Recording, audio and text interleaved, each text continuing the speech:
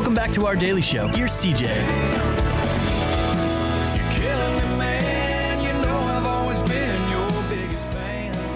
I know you've heard me say this a time or two, but damn straight Scotty McCreery's coming to the Alton Amphitheater. Dan Herkert, the Amphitheater Commission chair. How are you doing on this Monday morning? Doing well. Glad to be back. So right off the bat, let's talk about the 4th of July or 3rd of July fireworks celebration. Man, I saw pictures.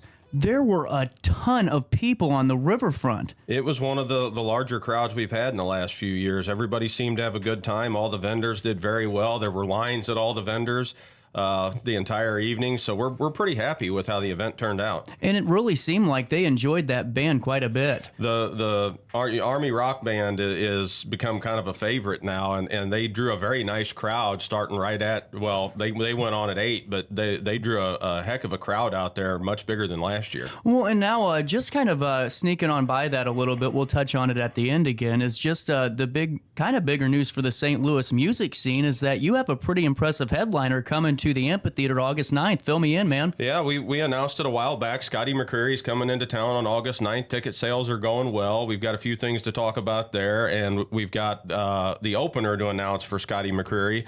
His name's Matt Jordan. He's originally from the St. Louis area. He splits his time between St. Louis and Nashville now. He has had comparisons made to Eric Church, Bruce Springsteen. He's had the opportunity to share the stage with Travis Tritt, Chris Young, and many other country artists. Wow. He's got a nice following in the region, so we think he'll be a nice kickoff to the evening with Scotty McCreery. Man, that's a great opener. Wow. That's one to be kind of impressed with. That's a heck of a track record. And now, take me through these ticket sales, because you and I kind of talked about this. This is something that might get the audience a little bit more excited to bring their friends, their family. We have a little bit of breaking news on this Monday morning. Well, as I said, ticket sales are going well. Country's always done well for us here at the amphitheater. Excuse me. VIP tickets are almost gone, so if you do want VIP tickets, I would urge you to get to MetroTix.com, because there's only a few of those left. There's a few reserve seats left, and we're announcing this morning, as of 8 o'clock this morning, for general admission tickets, if you buy 4 or more, you get 15% off using the code Scotty15 at MetroTix.com. There you go. Come on now. What better than you and 3 friends going to see Scotty McCreery August the 9th on one of the most beautiful amphitheaters in the whole region as far as I'm concerned. And now, as we're talking just about shows in general, on my live reads, I've been talking just about the lineage of acts that have come in. I mean, we're talking Kenny Rogers. The Under the Sun show was amazing with Uncle Kracker, Sugar Ray. Leonard Skinner was into town. The Beach Boys, the list goes on. Take me through just how many people have gone into shows there. Do you have an average, really, of ticket sales? Well, I can give you an idea of ticket sales for every national act we've had down there going back to 2014. As you mentioned, Under the Sun, that was the very first one we did with Smash Mouth, Sugar Ray, Uncle Kracker, and Sister Hazel. That did around 1,800. Kenny Rogers did over 2,500. Wow. Leonard Skinner did almost 2,800. Dwight Yoakam, 1,500. Charlie Daniels, over 1,900. Travis Tritt, another country artist, over 1,700. Air Supply, which was one that surprised me, honestly, when we did the ticket sales, did almost 1,800. Wow. Better Than Ezra did almost 1,900.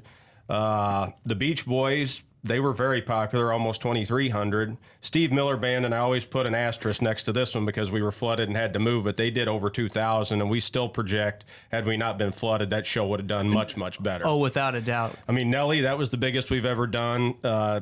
Ticket sales were almost 3,600. We had almost 4,000 in there when you put all the comps and the workers and everybody. Boys to Men a couple years ago did around 1,400, and honestly, our lowest selling one was last year with I Love the 90s at about 1,100. But you know what? Even with the shows that didn't do as well as like the Kenny Rogers and the Nellies, you should have just being down there, the atmosphere. Those shows were still very good shows. Oh, they've all been great shows, and some of them are ones that I would never think to buy a ticket to if I just saw them playing. And Right. then having seen them in person, now if they came back through here or St. Louis, I would run to buy tickets. Well, and that's what I think's so cool just about the amphitheater, because we really have something special here to where we can literally drive 5 minutes down the road and see a national touring act. And I mean, just touching on Scotty McCreery again, man, I mean, this guy is one of the most prolific country artists out there. He's one of the newer ones. He's one of the younger ones, the up and well, I wouldn't even say up and coming anymore. He's very well known, but like I said, country has done well for us. We haven't done country since 2018. So, and we're really happy with where ticket sales have started, and we're really getting into the nuts and bolts of the marketing now.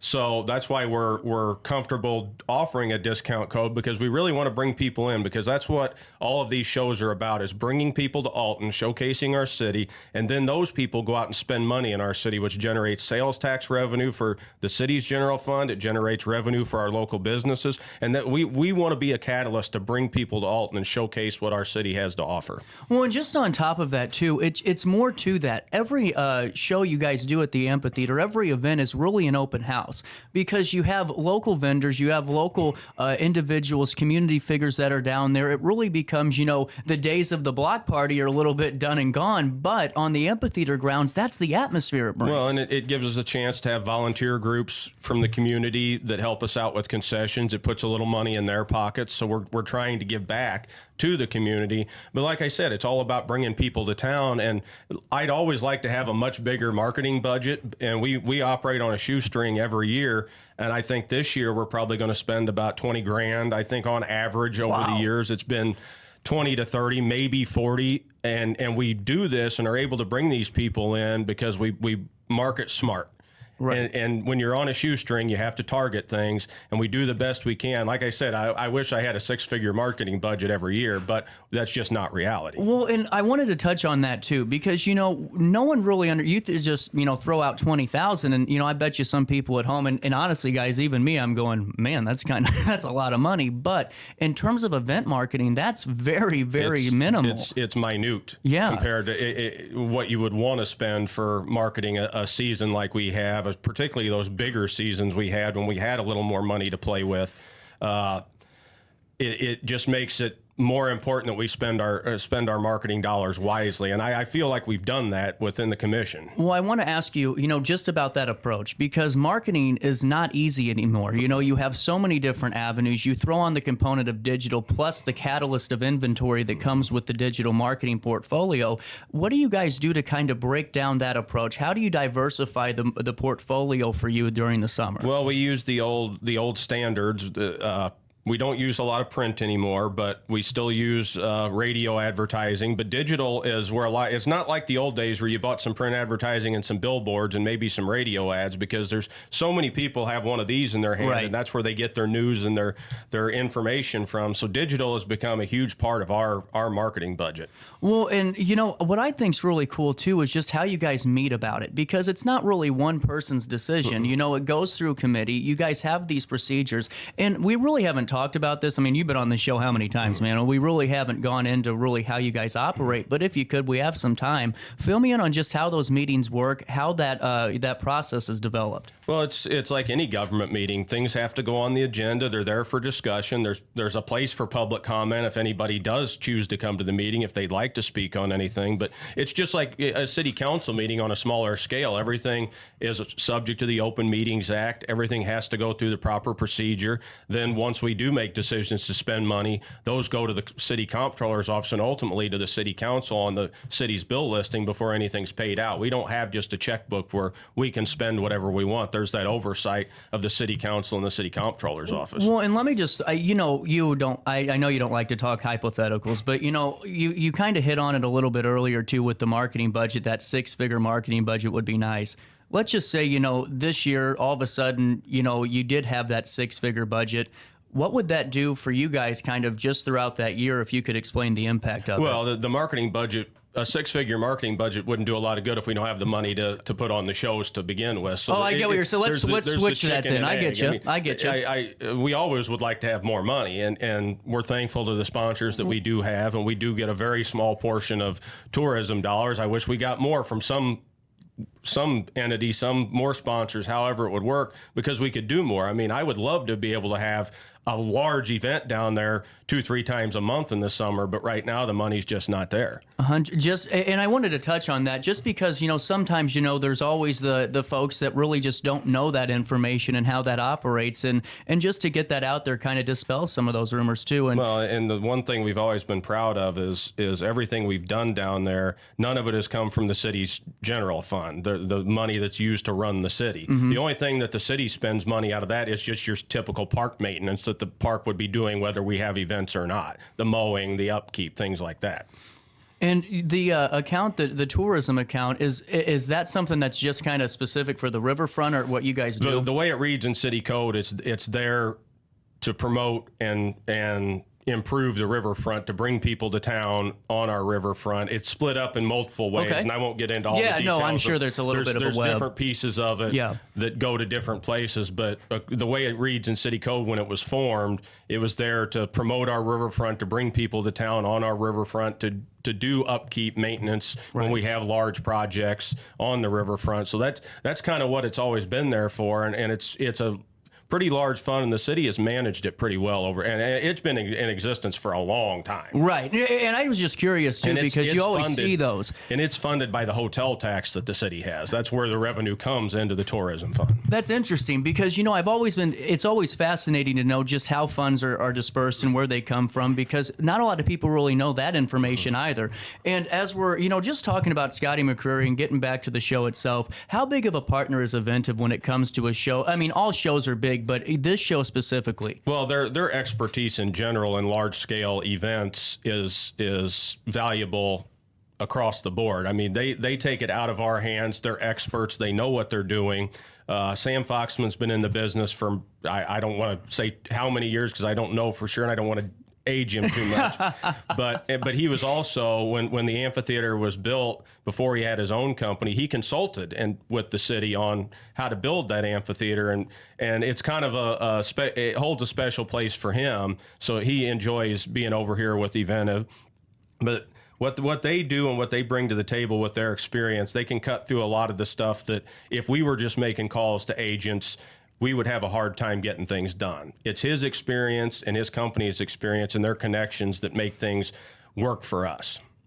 And, I know that there's more events, obviously, that you and Eventive are partnered with. And one of those, just like all the other events throughout the summer, is the Jazz and Wine Fest that's coming up. I wanted to touch on that. I know the big focus is on these promo codes and tickets, but while we have you, how's Jazz and Wine Fest ticket sales going? It started strong, just where we finished off last year.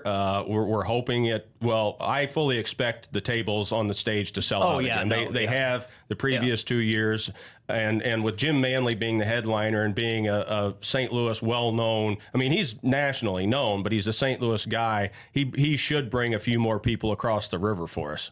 Absolutely. And then what date is that again? That is August 31st. Getting back to Scotty McCreery, let's talk about the ticket sales one more time. As we're just started off the show, if you're just tuning in, if you wanted that VIP experience, you better get on it quick because we're down to the final few. And then we have a promo code to give you. Dan, what's that promo code one more time? For general admission tickets, if you buy 4 or more, use the code Scotty15 for 15% off. And because of the strong initial ticket sales, we feel comfortable throwing that out there. And it gives people an opportunity to get your friends together for an evening of good music at a pretty cheap cost for a general admission ticket to a concert. Absolutely. Well, Dan, always a pleasure talking to you. Have a great rest of your Monday, and we'll talk again soon. Sounds good. We'll take a quick break right here on this Monday morning. Well, to be honest with you, I have my Cat Daddy shirt on, and we taped this on a little bit of a Saturday, and we got to go set up for the live show for Cat Daddy's retirement. We'll take a quick break. Daily Show comes back to you on a Monday morning live after this.